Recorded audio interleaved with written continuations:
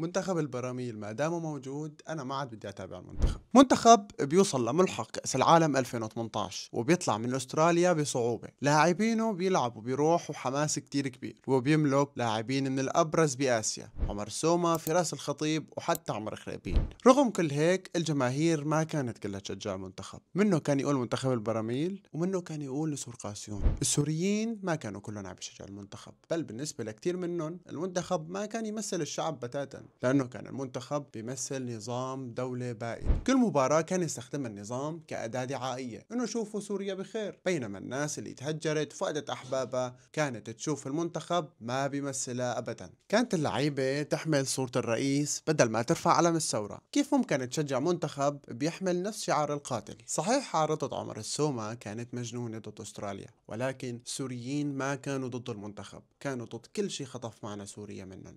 وهلا عم تتابعوا المنتخب بعد الأسد ولا ما عم تتابعوا؟